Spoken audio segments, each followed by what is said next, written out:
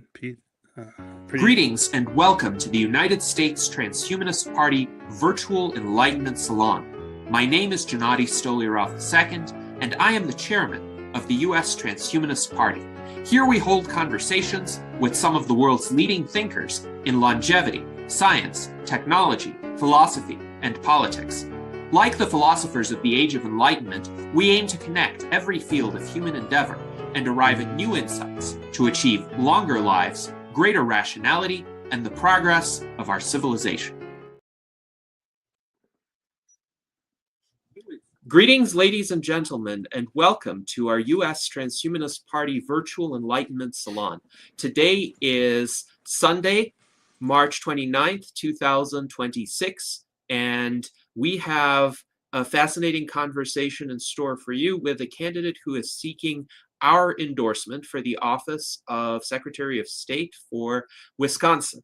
Now, first, I want to introduce our panel for today, including our Director of Visual Art, Art Ramon Garcia, and our Director of Community and Citizen Science and 2024 U.S. Vice Presidential candidate, as well as four-time candidate for City Council in Thousand Oaks, California, Daniel Tweed. And our special guest today is Pete Karras. He has worked in both the public and private sectors, from managing teams at a large insurance firm to launching and running his own business.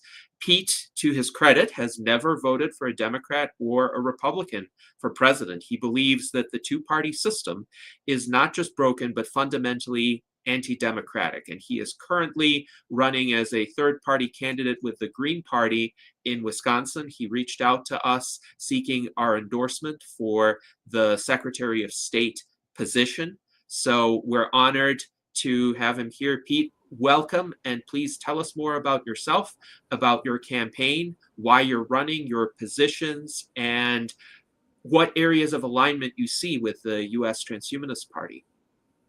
Wonderful. Thank you. It's great. It's great to be here and in the salon. And I have to say, this is a very transparent way to deal with endorsement requests. A lot of times it happens in the back rooms and, a lot of cigar smoking, but this is wonderful. And I know that's also one of the values. Transparency is one of the values of the Transhumanist Party. So anyway, my name is Pete Karras. Yes, I've never voted for a Republican or a Democrat. Back when I was 17 years old, I was working for, first I was the kind of guy who in sixth grade was, walking around with a clipboard and polling my classmates to see how they were voting. So it's kind of the way I evolved in the strong interest in politics. And in 1976, a year before I turned 18 and was eligible to vote, I was supporting Mo Udall a lot because of his environmental policies. And I got involved and something was wrong. It was almost like the primaries were predetermined and people weren't talking to the issues. It was just propagandizing everything. And I started looking elsewhere. And, as time went on, I hadn't voted for a Republican or Democrat. 1 year I went to vote and I really didn't know who was going to vote for. And I thought the best choice was Lenora Falani because I liked her name. And she was running as a minor party candidate because nothing really, it was better than not voting, I guess. But during that time, of course, I also married, had a couple kids, got busy with work. Worked in the insurance industry for quite a while. I was a certified risk manager, did a lot with property insurance. And then when the insurance companies were a little too hard to deal with, I ended up opening up a couple music venues and a restaurant and worked through that till last June. And I liked it. I would advise nobody to get into that business because it's way too much work. But it was fulfilling, and I get to meet a lot of people, and I get to talk to a lot of people. And a lot of people, it was very important that I got to talk to most of the people in my community who have differing opinions than I do. And of course, as a business owner, I didn't share a lot of my opinions, but I was able to ask a lot of questions, get a lot of answers, and I think understand people better. Even people that I disagreed with made some valid points, and I could see their point of view, even though I may have a different point of view. So I think that was a very, very valuable experience for me. In the early 2000s, I ran for alderman for city council in Racine, Wisconsin, and I was fortunate enough to win. And I was kind of the Green Party guy on the council of 15 people, and also had some great experiences there. Sometimes I would come up with ideas. In fact, back then we didn't call it ranked choice voting; we called it instant runoff voting. And I know I brought that up in one meeting and tried to get the council to operate that way. And my nickname I was nicknamed after that, Alderman Moonbeam, as the people did not quite understand, ideas that were new. And when I look at third parties, that happens often. Third parties come out and it's outside of that Overton window. It's out here and people don't pay attention and say it's such a crazy idea. But then you wait a decade or two and all of a sudden it's mainstream. So I think it's important that people bring up issues that and ideas that are outside of that window, because if they're good enough ideas, it'll move inside. I chose to run for.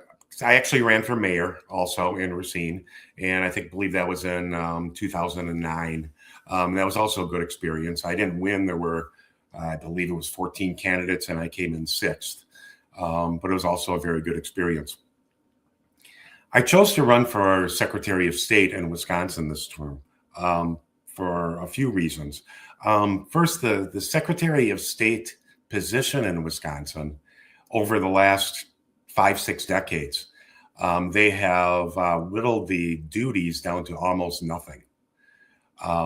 So in many states, they handle elections and all sorts of things. In Wisconsin, the duties are limited to things like you're the holder of the Great Seal of the state of Wisconsin. You do get to serve on the Board of Commissioners of Public Lands, which is a very good committee to be on, or commission to be on. What they do is, years and years ago, they sold off some state lands, and we still hold some, but most of them were sold. And this commission loans money to municipalities for local projects.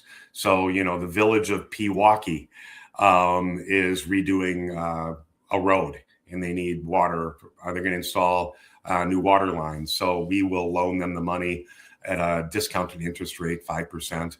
And then that money comes back to us, and we fund public school libraries with that. So that is one duty. It's myself, the state treasurer, and the attorney general who are on that committee and make those decisions. The main purpose of the office is administrative. You keep the records of the legislature and the governor.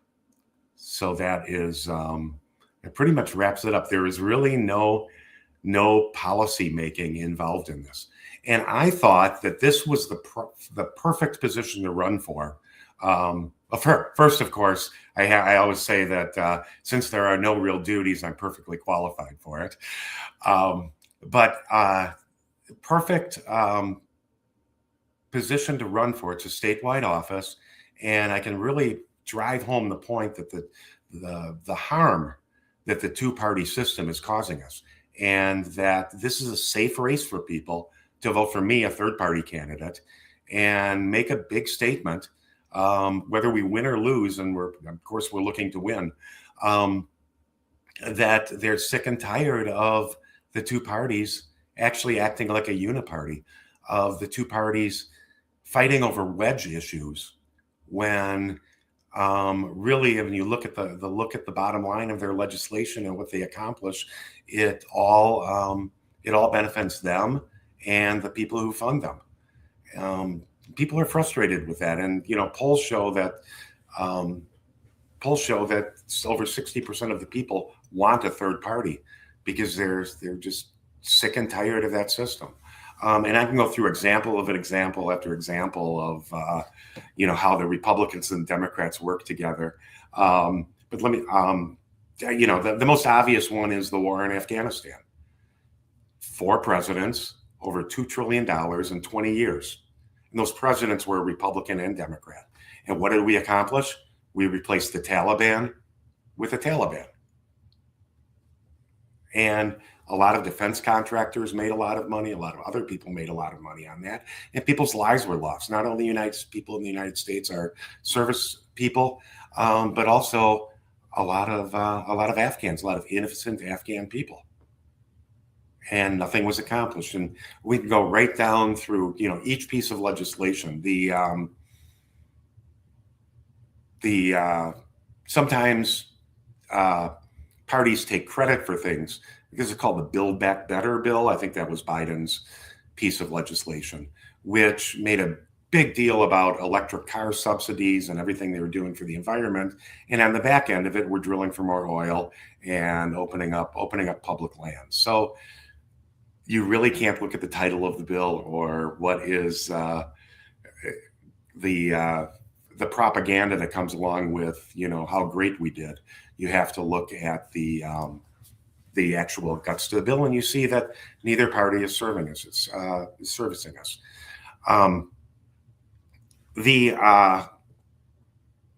My campaign, we're seeking the Transhumanist Party endorsement, but we're also seeking many other endorsements. We have conversations with the Reform Party, actually the Libertarian Party, the Independence Party, and several other parties.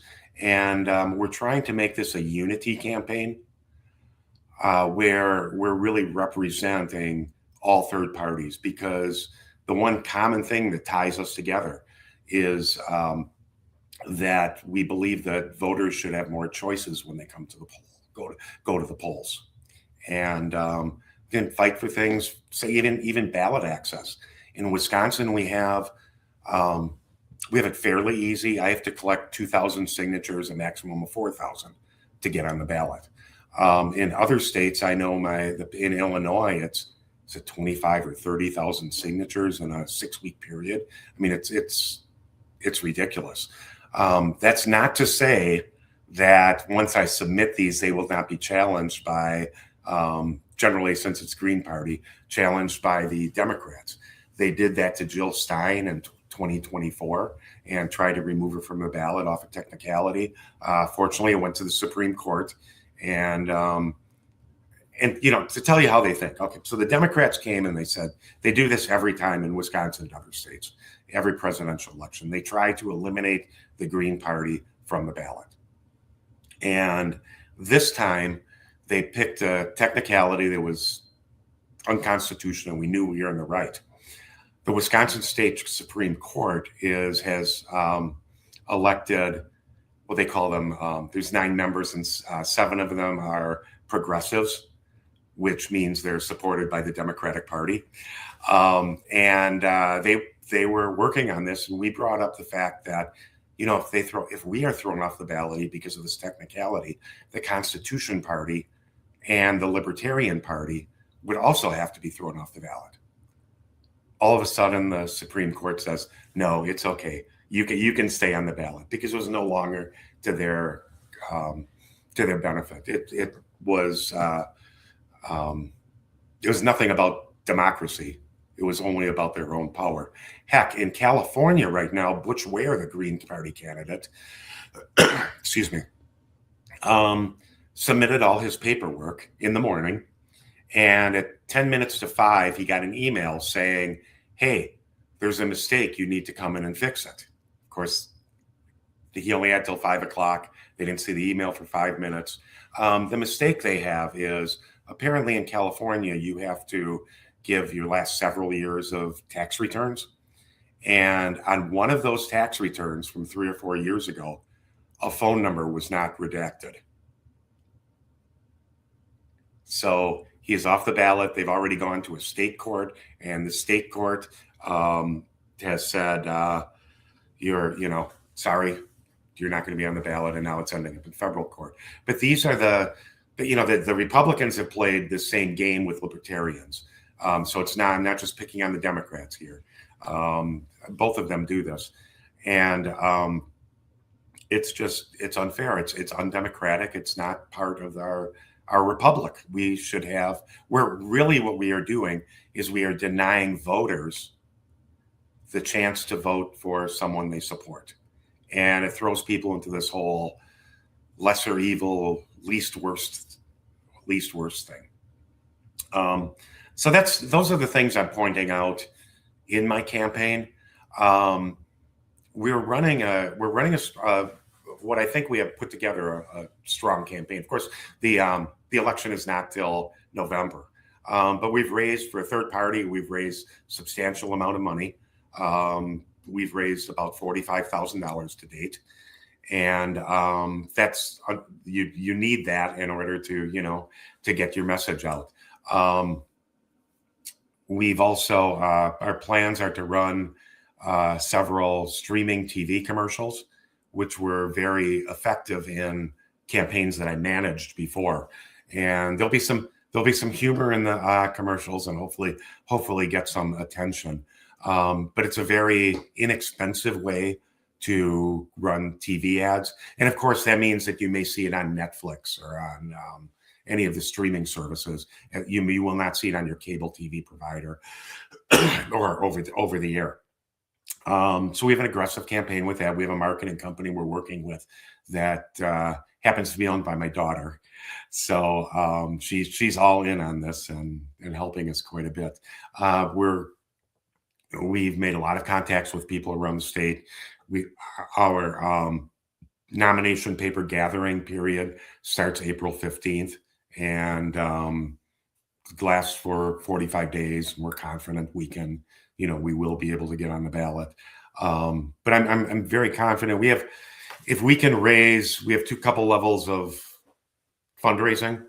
If we can raise $125,000 to $130,000, which I think is well within our reach, we can. Our analysis shows through targeting certain areas and certain communities that we should be able to reach about 20% of the vote, which is higher than any third party candidate has received in years. Ed Thompson, a libertarian for governor, about 20 years ago, got 11%. And if we can exceed that and basically go into the Milwaukee and Madison market very hard, there is a path to victory. So that's a lot of fun. The message has been very receptive in Wisconsin. We have a proud tradition in Wisconsin of third parties. We had the Progressive Party started here with fighting Bob LaFollette and his brother. And, Bob LaFollette was governor and senator. And in 1924, he ran for president. He actually carried the state of Wisconsin in 1924. If you go to Wikipedia and look at the 1924 election, there's a map. And it's really refreshing to see because you see the whole country in red and blue, and then you see Wisconsin as green, and he carried those electoral votes. But he was, it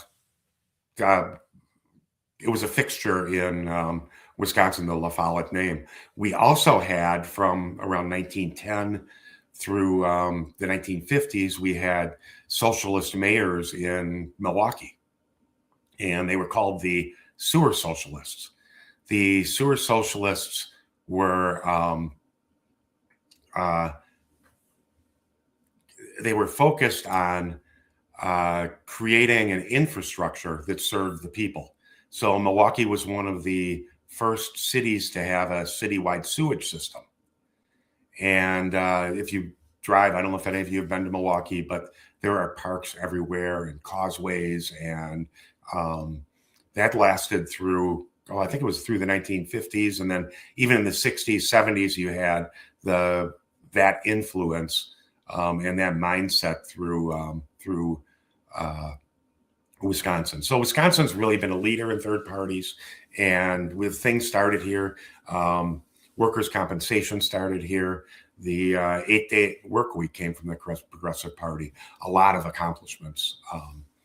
So it's a culture in Wisconsin where people are very, very open to new ideas and new parties. So I could go on forever with the history of Wisconsin, but I'd be happy to entertain questions people have and do my best to answer them. Yes, thank you very much, Pete, for that overview. And indeed, your discussion gives rise to a lot of fascinating areas of questions. First of all, I'll share some feedback from our viewers. So Mike Lazine writes, I'm loving Pete already. I never voted for a Democrat or Republican for president either. Yay. And then he writes, we need more politicians who are willing to listen to people they don't agree with instead of canceling them. And I think it's to your credit that you have been willing throughout your career to listen to people of many different perspectives. He also writes that he's sure people are tired of voting for the lesser of two evils, and it's good to see a constructive alternative to that duopoly.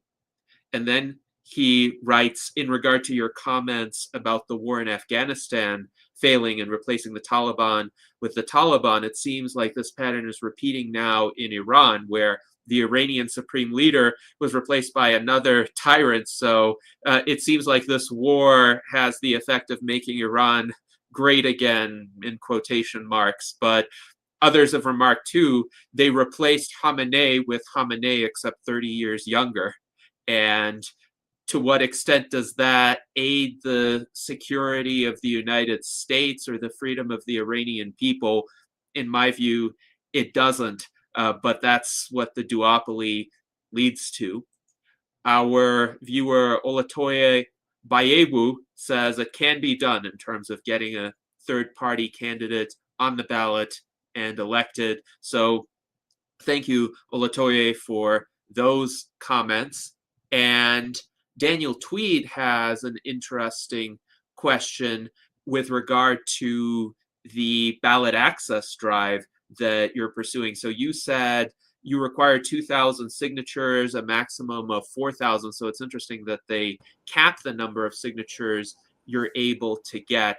He wonders essentially how many signatures and fees are involved, in the sense of what do you have the infrastructure to collect within that time window, how you're planning to do it, what you might be charged, for instance, if there are any fees to submit a petition, if there are any fees you anticipate incurring in defending those petition signatures, because as you know, sometimes the duopoly will try to invalidate the petition signatures and make bogus claims like, oh, this person's handwriting is not legible enough, or this person's address is off. We had a candidate, Jennifer Hughes, who ran for mayor of Camden, New Jersey in 2021.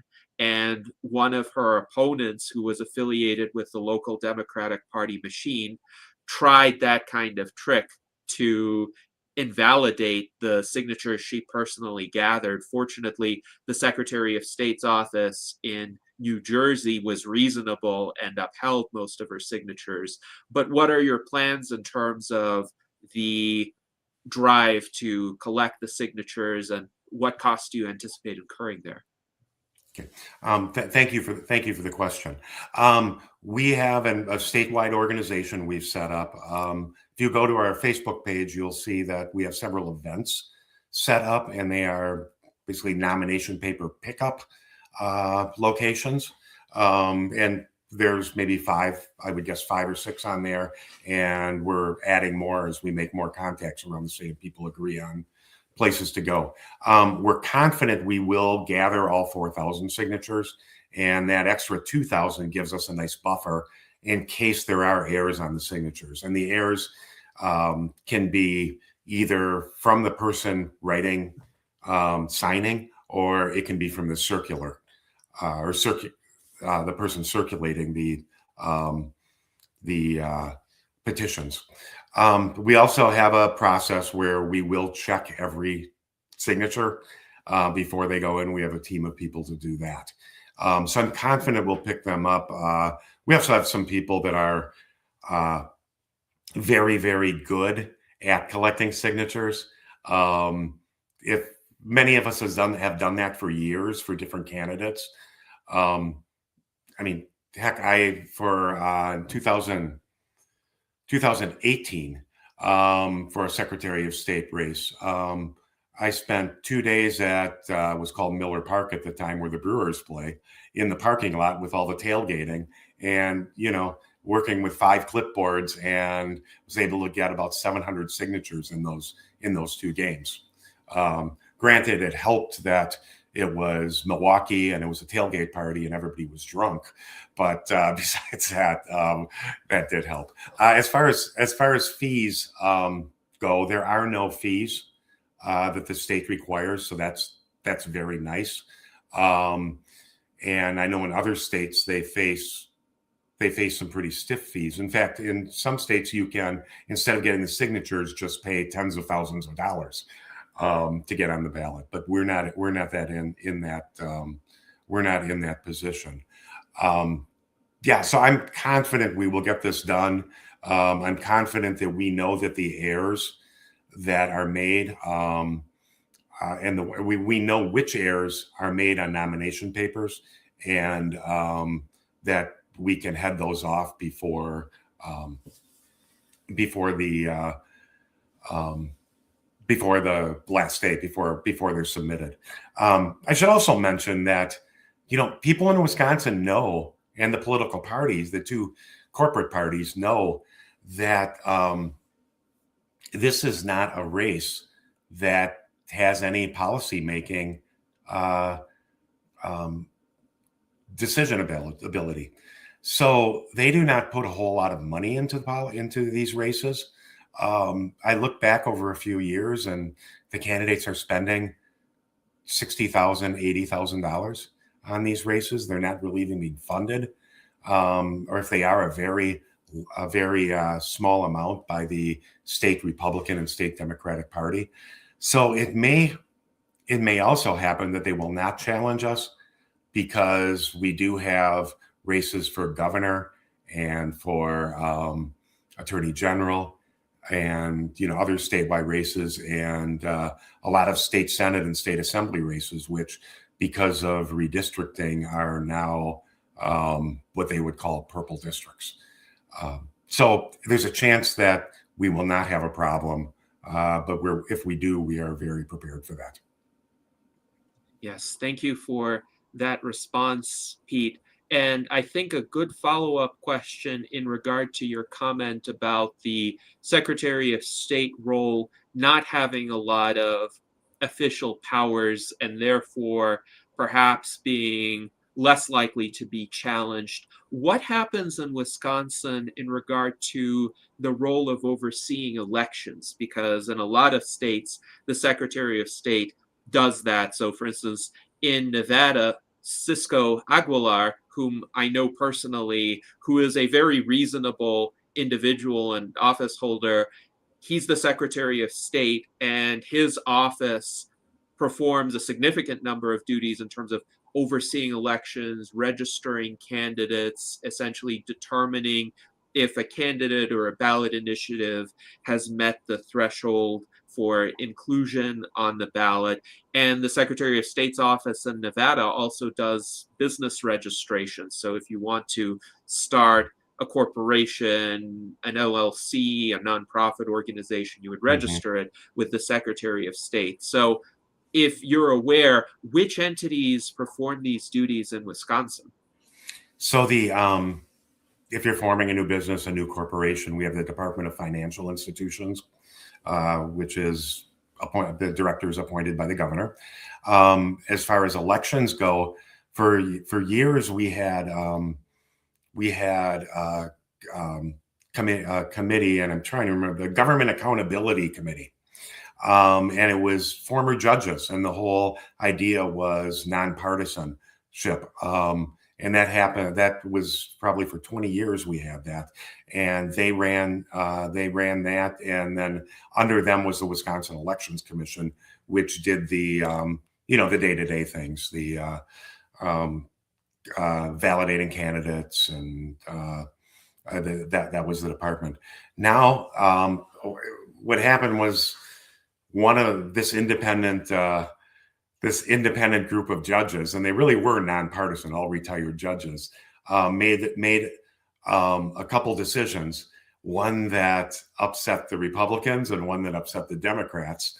And then the legislature said, well, enough of this nonpartisan stuff. We need to form another commission. So the Wisconsin Ethics Commission has 3 appointed Democrats and 3 appointed Republicans on the board, and they are the body that oversees it. It used to be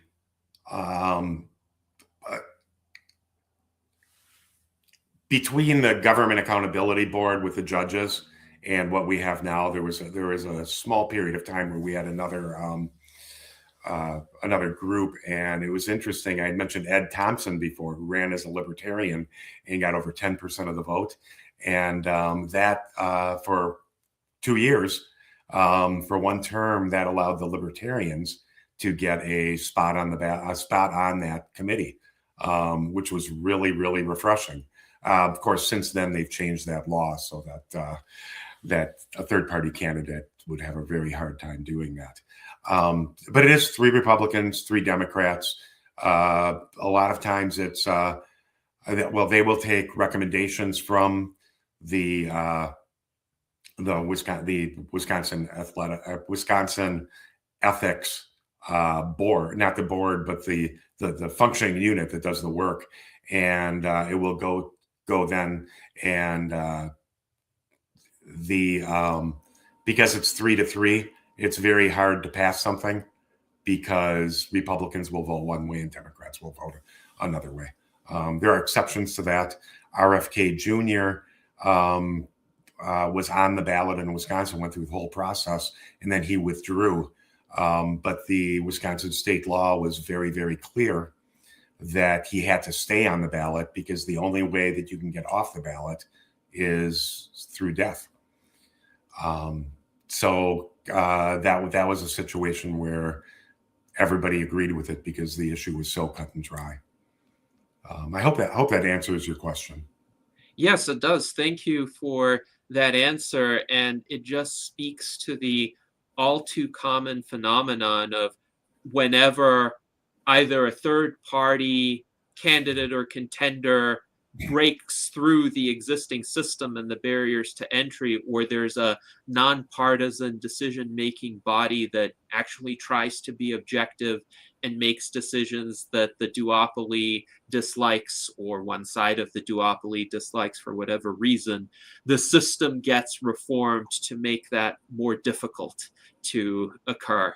And that's a shame, but I think those of us who would like to challenge that system, to break that system, ideally need to persevere despite those obstacles. And to that end, we do have a question from one of our viewers who asks, how can we break the system that is already at the top? Because as we have observed, if the outcomes don't go their way, the duopoly can change the rules. And I have seen it happen personally as well. So a bit of background about me.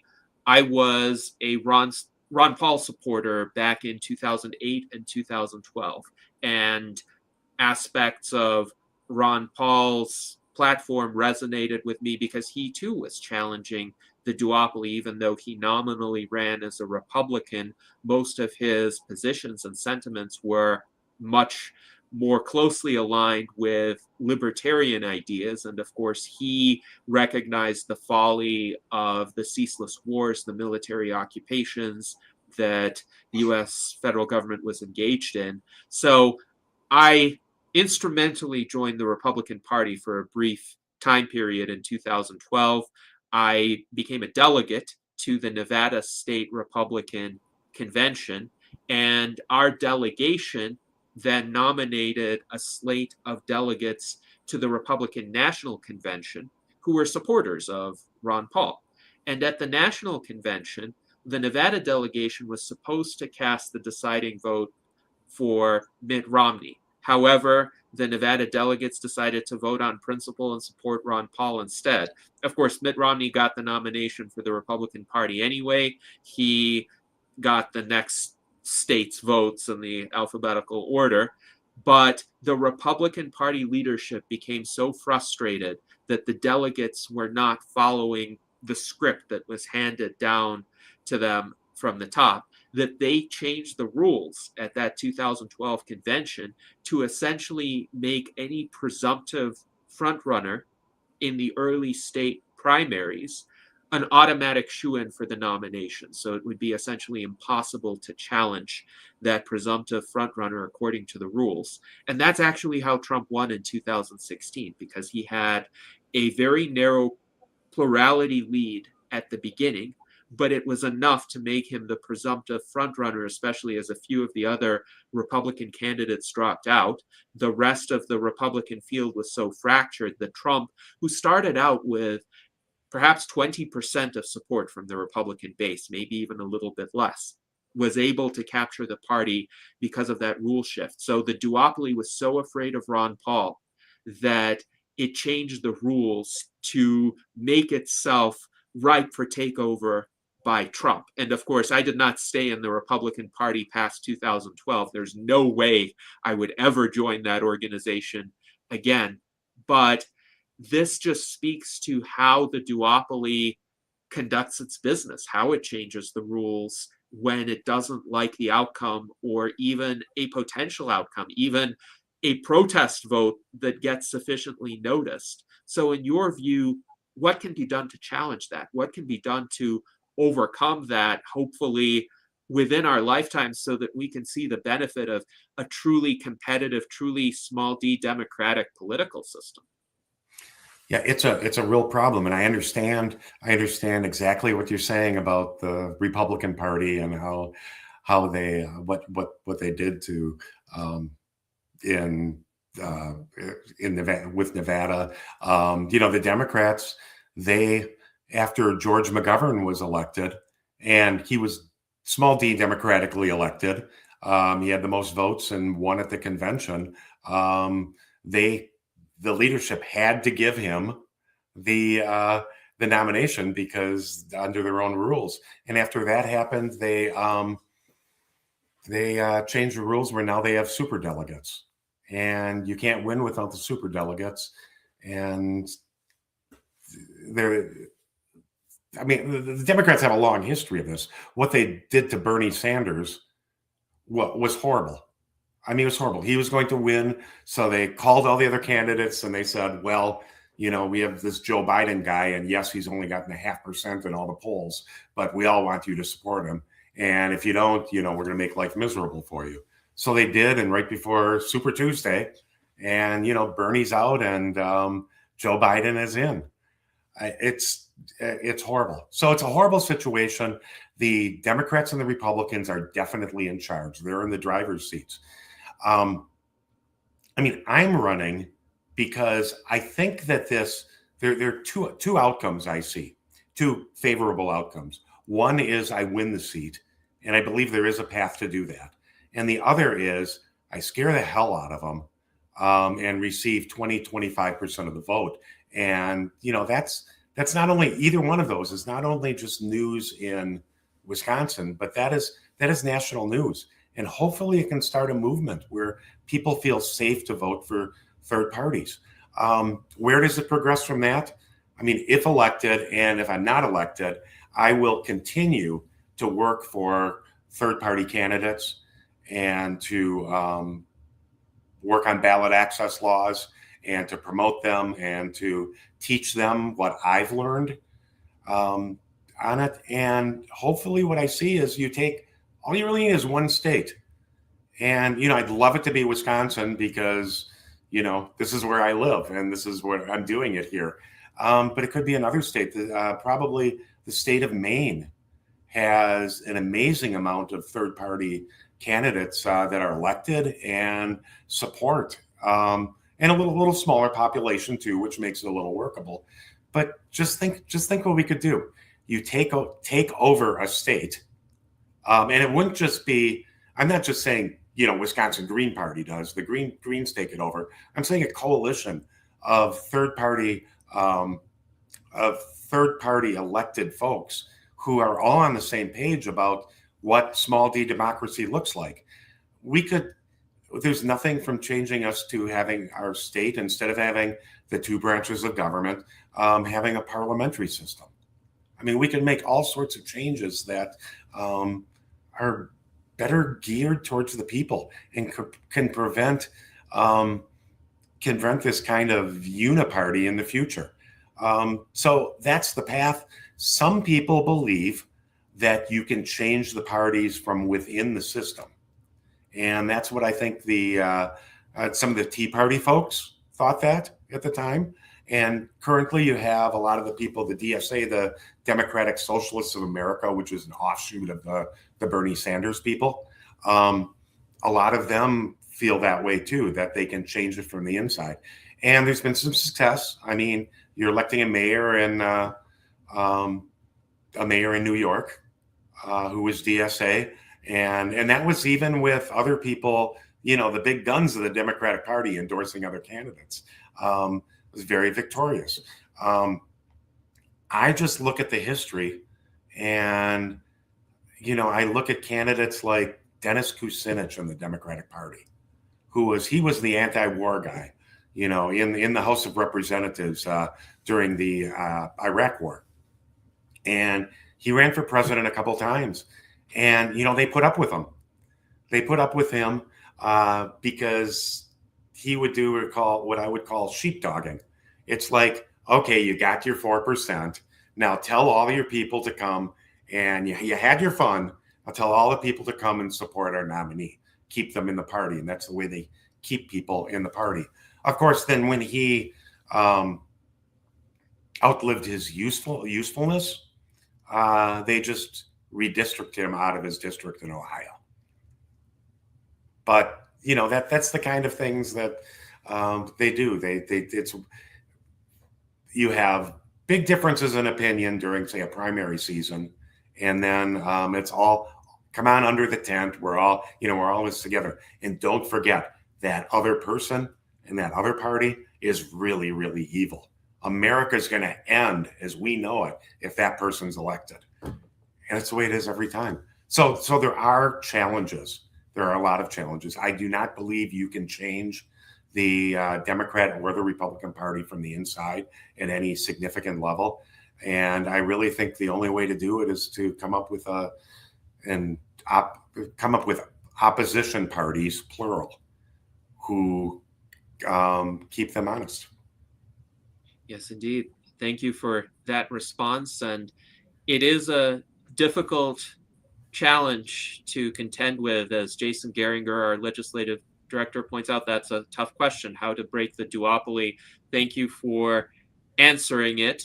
And Mike Lazine also notes we have the corporate news helping out the duopoly. So sometimes genuine challengers don't even get mentioned in the mainstream media. So when Ron Paul was running for president, I remember in certain state primaries, he would win second place. And mainstream media channels would mention the first place winner, the third place winner, the fourth place winner, but would conveniently omit Ron Paul. And what you pointed out regarding the collusion within the Democratic Party to essentially orchestrate all of the candidates except Biden and Bernie Sanders dropping out and endorsing Biden. Yes, it seemed to me at the time, because I was observing those races closely, that some Democratic National Committee insider or group of insiders essentially made a bunch of phone calls to these candidates and said, well, look, we'd really like you to drop out. And perhaps expressed or implied was an or else statement. And this happened in very short order, but that event really cemented in my mind the understanding that this isn't really a small d democratic choice. It's a capital D democratic choice of the party insiders as to who gets to run. And Mike Lazine points out that Bernie, if he had received the Democratic Party nomination back in 2016, could have beaten Trump the first time Trump ran. And he says, no offense to Hillary supporters, but in that particular election, it did seem to me, especially given the toxicity of Trump's rhetoric, anyone who wasn't perceived as being similarly toxic could have beaten Trump. But Hillary also had a significant stigma attached to her for different reasons than Trump. But a lot of the American electorate saw her as even less palatable. So, yes, there's this race to the bottom in terms of each party nominating a candidate that seems odious to 50% of the electorate.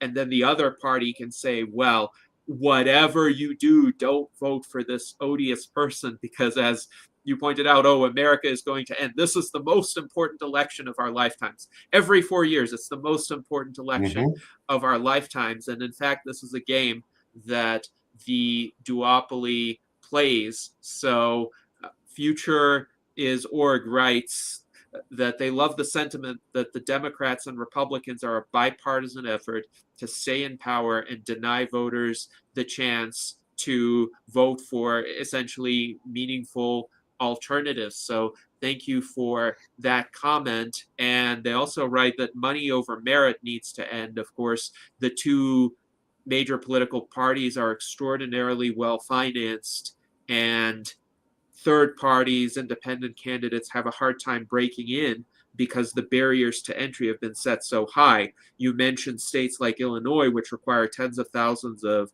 petition signatures, and those need to be collected by hand. Those need to be, again, defended against challenges. So this seems to be a huge structural obstacle as well, that it requires so much money to be a viable contender in certain races. And I wonder if you see any possibilities of making end runs around that. So, one way is your strategy of essentially running for an office which might not be as heavily defended by the duopoly. Do you think that will give you essentially some visibility to express all of these problems with the duopoly, to call attention to them, and perhaps make the path easier for other candidates for other offices? That is definitely the hope. The hope is that the awareness that is raised by my campaign translates into people feeling safer about voting. And of course, in order to do that, you do need some type of media attention.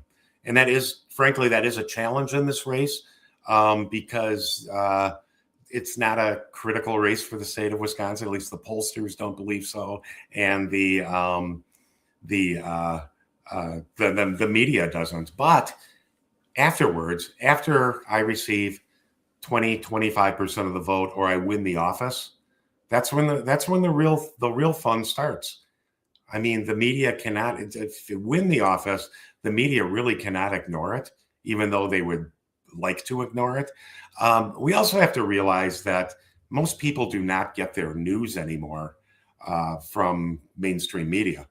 They don't watch, there's a segment of people who watch MSNBC and, that's their Bible, or ones that watch Fox News and that's their Bible.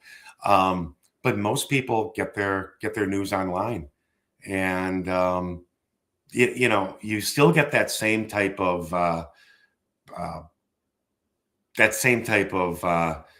polarized viewpoint online. It's interesting. My daughter, when the atrocities in Palestine were happening, she was saying, Dad, I'm looking at all my news feed. I thought everybody saw this stuff with what was happening. And, she had formed her opinions around that. And, then she said, but I talked to my friends saying, are you seeing this? And they're not seeing it because, the algorithm tells them on their feed, to look at things historically, what they looked at. So social media is very, very biased in that way. You really have to make an effort to look outside of the box to find differing viewpoints. I'm sorry. I think I went down a rabbit hole. The original question was. So perhaps if you could discuss more how to overcome the huge monetary barriers that the duopoly puts in front of third party or nonpartisan candidates. Yeah, certainly. Certainly. I think that the one advantage we have in third parties is that the Democrats and Republicans, just like they do with their legislation, they don't do a real good job of spending their money wisely. I mean, if you look at their reports, they're spending it on TV commercials and on direct mail. I mean, how many people read those postcards you get? You go to the mailbox, it's election time, you take the five postcards you got along with the flyers to all the supermarkets, and you go over and you put it in the recycling bin. And then, that's pretty much what people do. But yet they basically piss away their money on things like that and on TV commercials, where I think that we can use things, some of the same vehicles, but use them much more efficiently. I'll give you an example. In 2024, I was a campaign manager for a gentleman named Chester Todd. And he was running in the Wisconsin's first congressional district. And so we put together some very effective kind of in-your-face streaming TV ads. We spent $4,000 or $4,500 on those streaming TV ads. And we also did some YouTube things with it. And the cost of that, the cost was for about $4,500. That bought us about $120,000 views. And that's where people are getting their information. They're not watching legacy TV anymore. They might turn on the Fox 6 News to get the weather report, but they're seeing everything on their smartphones. And then, we use the same ads. Dumped another, $1,500 or something to YouTube ads. And I'm pretty proud of this, that about 45% of the people watched the entire ad. And I think that gives credit to the person who put together ad, the developed ad, because he really made a strong statement out front. And we also targeted it strongly to people that we know the ad would resonate with. So there are ways to do it, but we're never going to be able to raise the millions of dollars. We're never going to take, I personally won't take corporate PAC money. I know some other third-party candidates will, and that's fine. But, frankly, there's not much out of there. Not many PACs that are going to fund us with, hundreds of thousands of dollars. And, the billionaire money, I'll also pledge right now not to take any billionaire money, because I think the likelihood of that is kind of ridiculous to begin with. But we'll never have that. We'll never have that kind of money. And it just doesn't happen in politics. It also in elections. It happens with movements too. When municipalities try to, you get a small group of concerned people They want to fire their electric utility and change to a municipally owned electric, utility, which is it actually is a very nice. There's the whole state of Nebraska does that. I think we have 80 of them in Wisconsin, small communities who do it, and rates are a lot lower. And it's a nice thing for communities to do. Well, what happens when they get close and nationwide? The utilities and the friends of the utilities come out and spend $1 million ad campaigns against them. It's real hard to fight that. It's real hard to fight it. I mean, frankly, Donald Trump's done a good job. He just in combating that. He just calls everything fake news, and that's a lie. Believe me, don't believe them. And a lot of his followers, lock, stock, and barrel, just believe that that it's all fake. I can't believe anything negative against my guy. But nobody's been as effective as he has at that. I've never. Now I'm sorry to talk to him. I've never seen anything like it before. So it's money is a tough thing. The real solution to all this is, of course, public financing of campaigns, and take the money out of it. But that's another one that hopefully we can check off somewhere down the line. Yes, well, thank you for that answer. And it would indeed help to take money out of politics to a significant extent. At least I can say for the Transhumanist Party, we too do not accept any donations from PACs or billionaires. I think that's an easy promise to make for many of us minor political parties and candidates. But to your point about the media landscape changing, our legislative director, Jason Geringer, also noted in the comments that has happened. And Daniel Tweed writes, it's great to have access to ad media buys where you can see the detailed metrics. And it's true. I also observed that fewer people are watching mainstream television the way it had been watched before, where people tune in for a particular segment at a particular time, just because the patterns, the routines of people's lives no longer really allow that. Maybe at most they'll catch a glimpse of some show that's playing in a restaurant or in a bar somewhere or in some office that they're visiting, and they catch little snippets. But even for the mainstream media channels, they put out a lot of clips on YouTube, and a lot of people, if they do still want to watch CNN, ABC, NBC, and others, they can watch clips from their YouTube channels of segments they're interested in. So even the way people consume traditional media organizations' content has changed.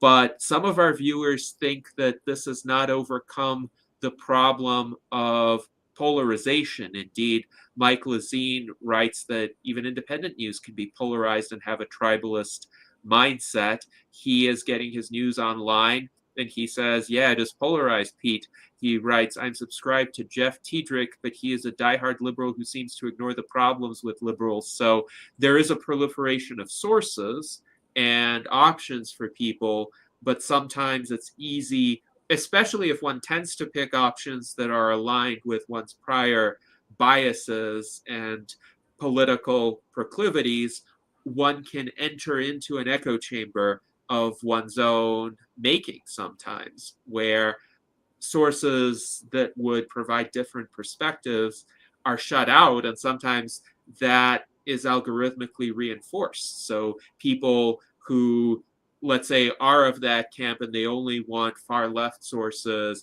they might not see contrary perspectives. They might not see legitimate critiques of their side from well-meaning individuals. And then Mike Lazine also writes, a lot of young people are getting their news from TikTok, but that app or streaming platform can be very polarizing.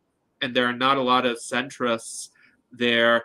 And even on X or Blue Sky, those two social networks seem to be polarized. X is, of course, run by Elon Musk, who has at various times been a Trump supporter. Blue Sky is essentially the destination where a lot of people who are disillusioned with X go, but it has a very strong left-wing bias too, just because of what people are on there and what people are not on there. Do you have any thoughts about how to overcome that polarization of the media, which seems to have seeped into the social media age as well? Is there a good way to do it where people can actually have reasonable conversations about political issues and about political differences without demonizing one another, without thinking that perspectives that differ from their own have no merit whatsoever?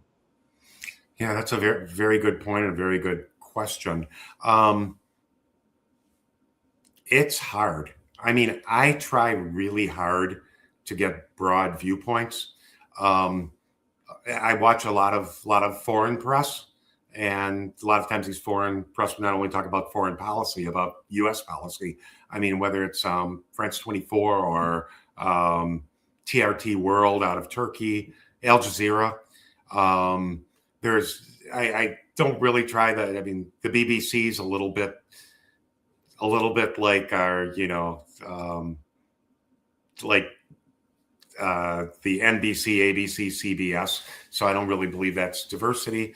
But I do watch, I watch Fox at times, and certain shows I do get some information from that. I also watch MSNBC at times, and I try to figure out what people are thinking. It's tough though, because especially with a lot of these United States mainstream media companies, where I guess conglomerates, they're it's just like they're almost cheerleaders, and it really makes it hard to find out what they're really saying. But it is important, I think, to hear those people and hear what they're saying, so you know what's going into other people's ears. And so when you talk to the guy on the corner, the woman on the street about an issue, and you hear something, you kind of know where it's probably coming from. But it's very hard. The only thing, on like on X, on Twitter, um, if you follow diverse people with diverse viewpoints, a lot of times um, you'll get a little more diversity. Um, it's really hard. I mean, who has time to spend 5 hours a day researching this stuff and listening to different viewpoints? I mean, they have us so busy trying to rub two coins together that it makes it tough. So frankly, I'm not sure what the answer is. And it's also, as you mentioned, it's very, very hard to get into a group of people or a group conversation, especially online, that isn't polarizing.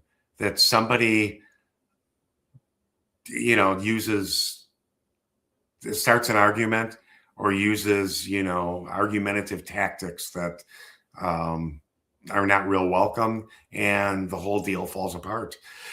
It can happen at times when you get the right people, and actually it probably happens more on Facebook than other places, at least from my in some of the groups, from my experience. But I mean, that's a really tough question. So I'm not sure I have a really good idea, be a really good answer to it. Besides that, I would hope that people would take the time to listen to differing views. Yes, thank you for that answer. And you did point out some approaches that people could pursue seeking out a diversity of sources, including international sources. So Art Ramon also recommends WION, which is based in India. But I Mm. remember WION had very good coverage of the war in Ukraine because it covered that war without either a pro-Putin bias or a pro-Ukrainian bias. It tried to be more objective about the events on the ground and the geopolitical strategies pursued by each side and the risks involved in that, and calling out the inaccuracies of both sides' propaganda.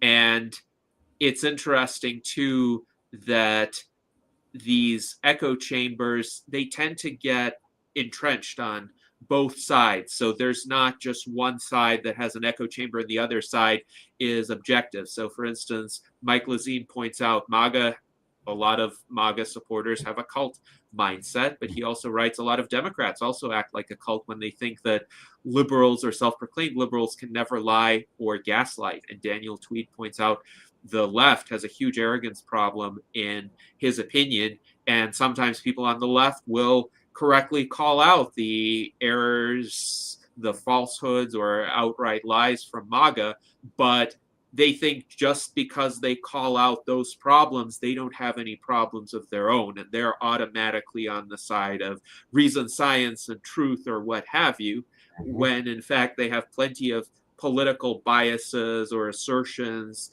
that at least are far from being ironclad. And it's important, I think, to do a lot of critical self-reflection no matter what side one is on to avoid falling into that trap. Now, it's interesting too, when I look at sources online, I also try to see what people on the partisan right have to say, what people on the partisan left have to say, what people who at least have some reasonable claim to objectivity have to say. But I find it's interesting sometimes when a partisan source makes some sort of statement of fact that goes against what they would like to be the case. So, for instance, if I saw some statement in Western mainstream media that something about the war in Ukraine was not going well for the Ukrainian side, that would be an indicator for me that that statement is more likely to be true. Because if a given side doesn't want it to be true, but still essentially makes an admission that it is true, it means that the evidence in favor of that being true is quite strong. So that's another way to try to ferret out the truth when one is looking at partisan sources. What wouldn't they want to be true that they admit as being true? But hopefully others will come up with good approaches to overcoming those echo chambers. Jason points out critical self-reflection is very important, and he attributes the echo chambers, the inability to admit the flaws of one's own side, to groupthink. So thank you very much for those comments. Now we have a number of other questions for you, Pete, and one is fairly straightforward from Daniel Tweet. Does Wisconsin have mail-in voting? We have early absentee voting.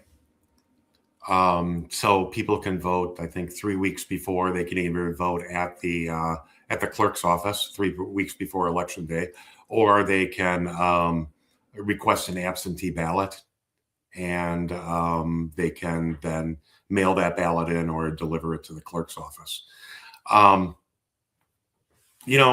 have mixed feelings about that.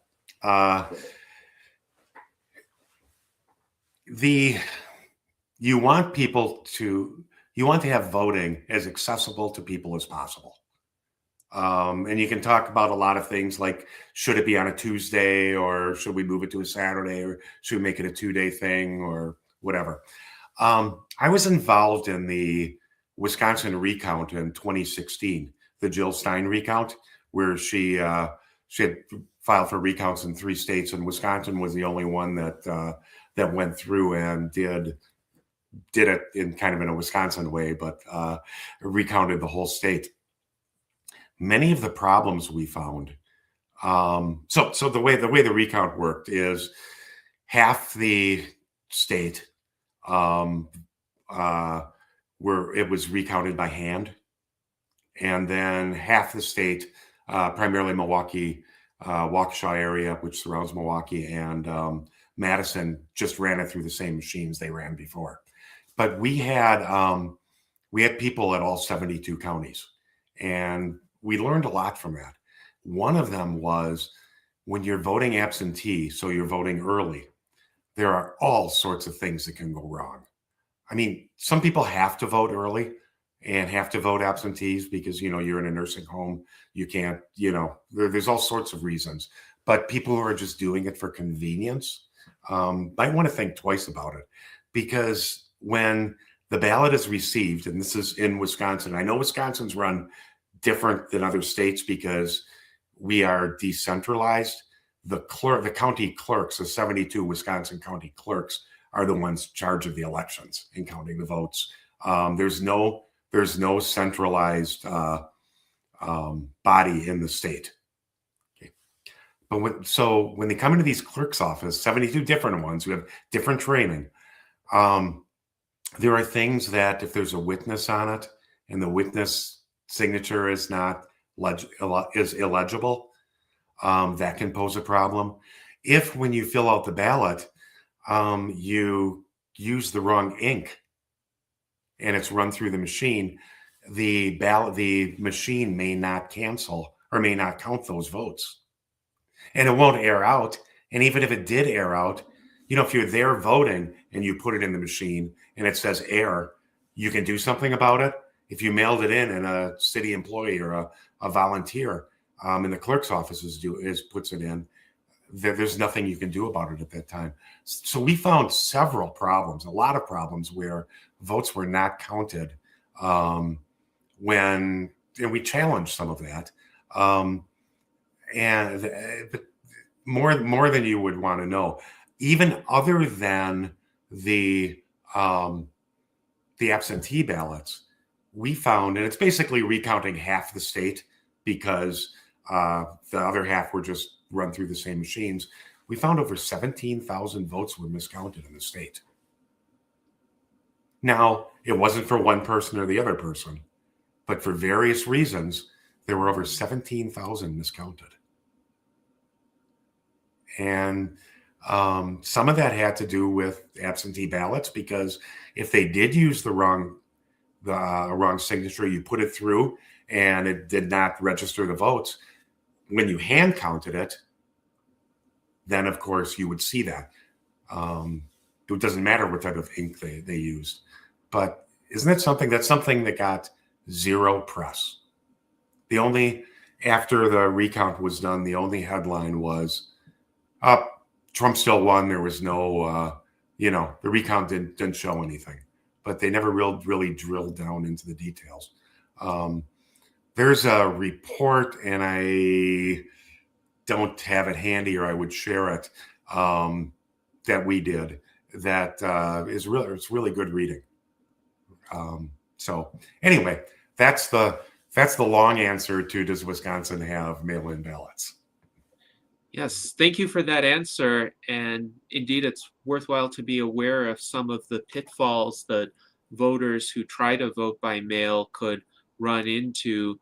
I recall during the last presidential election, my mother's vote was not counted because of an alleged signature mismatch. And this was probably due to some automated check not quite associating the signature that was in her file with the signature on the ballot. She got a letter, but she got it too late from the Illinois election authorities, essentially saying, we didn't count your vote because of the signature mismatch, and there's this process to challenge it, but it was too cumbersome in her view to go through it.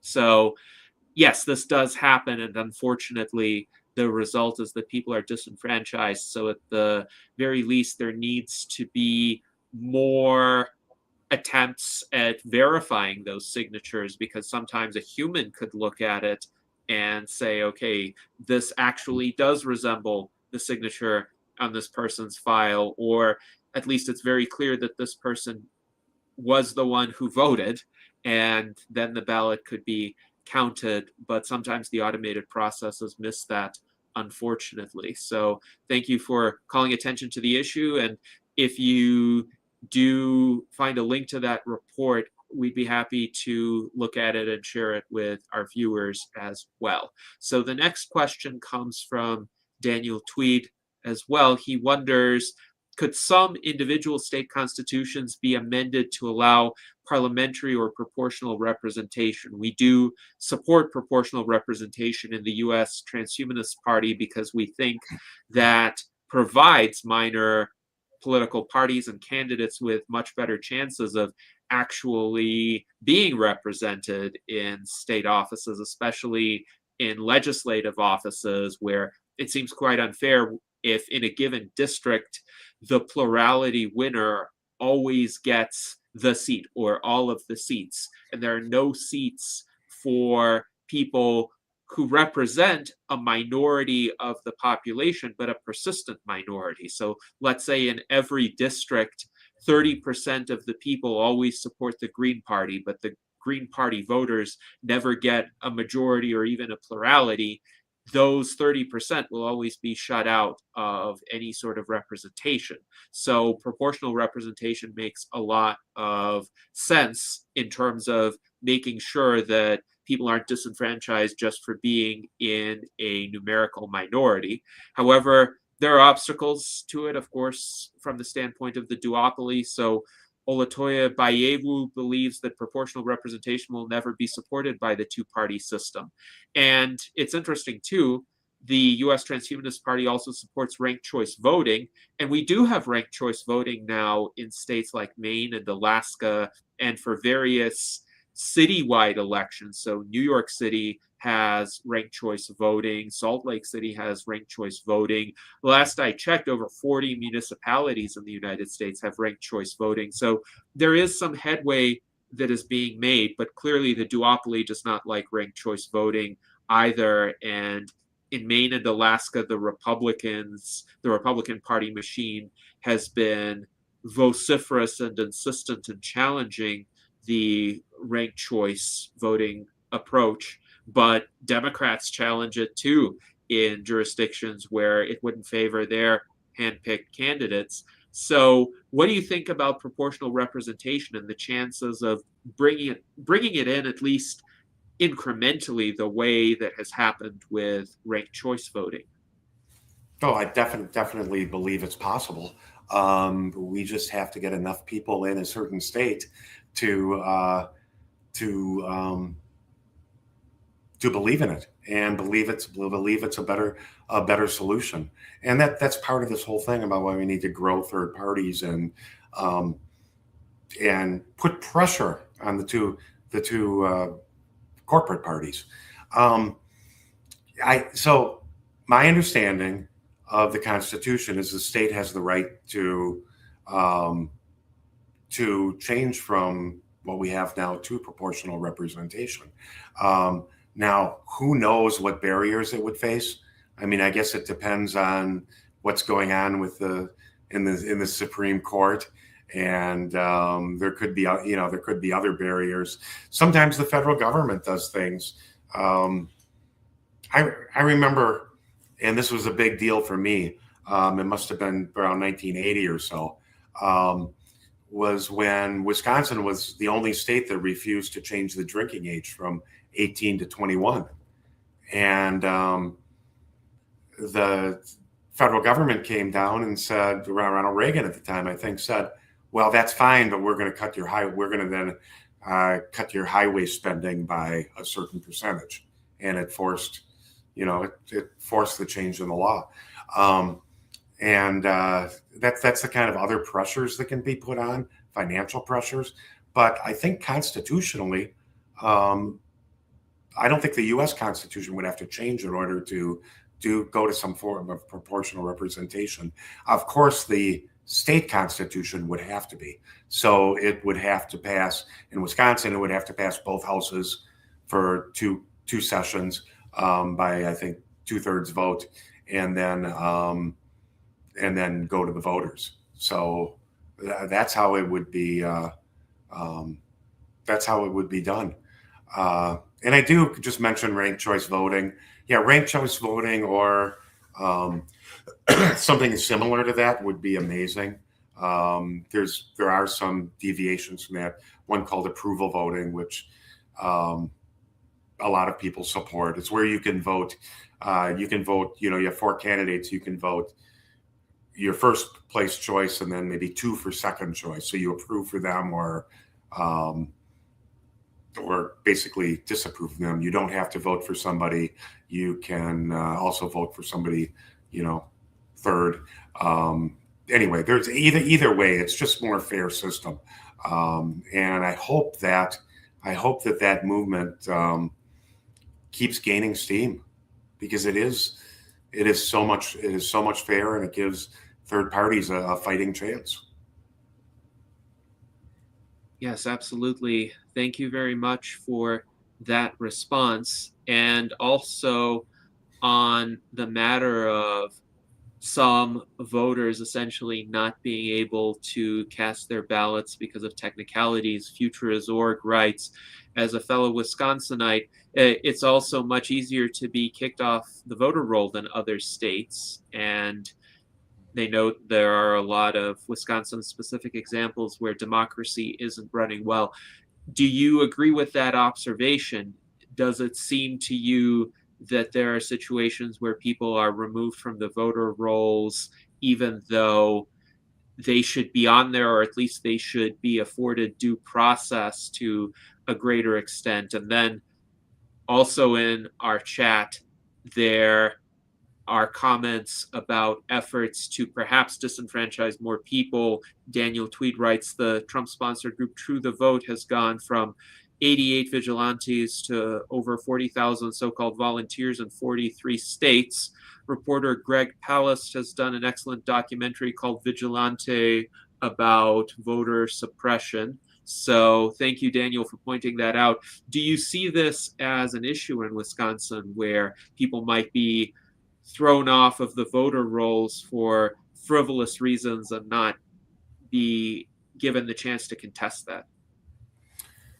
So I don't know how it is in other states, so it's hard for me to compare it to other states. Of course, I've heard the horror stories, but you never know if that's balanced or not with, or what that person's opinion is. So I think there are reasons that people are taken off the ballot, but there's also a remedy. One of the things that's very common, actually, is you have someone in the Milwaukee or Madison area, and they have their residence there, but they have a summer cottage in northern Wisconsin, up north. And many of those folks, especially in southeastern Wisconsin, will register their vehicles in northern Wisconsin, so they do not have to deal with emission testing. They don't have to go through that every year. So that's actually very, very common. The state of Wisconsin matches people's addresses on their voting address with the motor vehicle department. And so they send out postcards to verify things. And if they see that, it will trigger if someone's living in Milwaukee, voting in Milwaukee, but their car is registered in Superior, Wisconsin, up north. And those people are then taken off the voter rolls. The remedy that we have in Wisconsin, which is very nice, is we've had for as long as I can remember, same-day registration. So if that does happen, you can go and register at the polls. The only problem is, of course, you may not have the documents with you when you go to vote and they tell you you're not on the polls. It's not as easy as it sounds, but there is a remedy to that. I have heard of other people being taken off the polls. Another thing they do is Wisconsin will send out postcards to random people, and so many each election. And if the card gets returned, that you're automatically removed from the poll, and sometimes there are postal errors and things that cause that. So I do see that. I do see that happening. I'd have to do a deep dive into fixing that, because if you don't cleanse the voter list with people who have moved or should not be voting or have passed away, just grows and grows and grows, and it becomes unmanageable. So I don't have a solution to that, but I'm sure there is a better solution than what's happening now.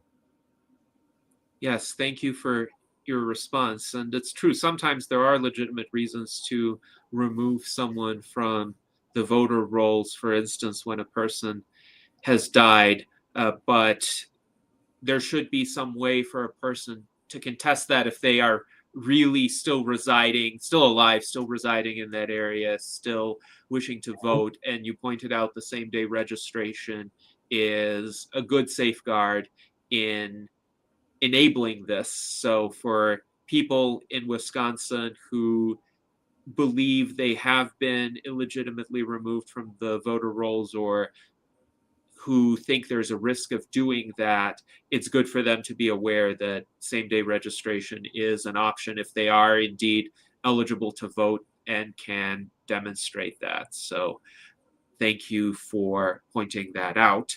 Another question from Daniel. Thomas Jefferson wrote that a well-informed electorate is a prerequisite to democracy. Do you agree or disagree, and how do we measure this? Wow. Well, I agree. I mean, we do need a informed electorate. We joke sometimes that you go to in any taxi cab around the world, except in the United States, and they know more about what's going on in America and the rest of the world than your neighbor does. So that's a real problem. How is it measurable? I'm not sure. I'm not sure how you would measure in kind of a nonpartisan way, in an objective way, how you measure that without. I guess you could do polling. You could do scientific polling, and you call so many people, and you ask them certain questions, and you score their answers, and so I guess that would be, I think, the only way to measure it. I'm open to other suggestions about that. Yes, thank you. So, of course, there would have to be, to measure how informed someone is, a set of questions on basic facts. How does the American government work, or aspects of US history that are of relevance? It's astonishing sometimes people who are encountered on the street don't know what century the Civil War was fought in. So that kind of basic awareness, and it doesn't have to be anything obscure, it would just be awareness of facts that are so foundational to a country's history, or so important to know in order to be aware of what is happening now, or how we got to where we are now, that most people of any political persuasion would agree. Yes, it's important to know when the Civil War happened and what side won the Civil War. So I do think it's possible, but it may be a challenge to measure that reliably. Probably there would need to be nonprofit organizations that formulate these kinds of questions, and then they would have to conduct surveys that are representative of the American population, because some people don't like answering surveys for whatever reason. Either they're too Mhm. busy, or they don't trust the entity doing the survey.